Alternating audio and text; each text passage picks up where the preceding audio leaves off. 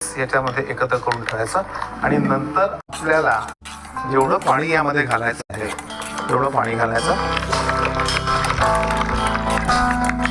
Yes, क्या बात आहे.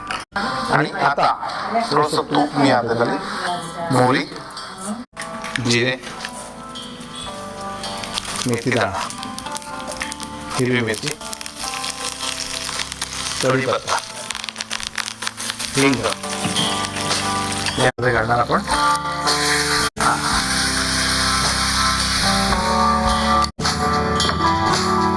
याला छान उकळी येते तोपर्यंत चवीनुसार मीठ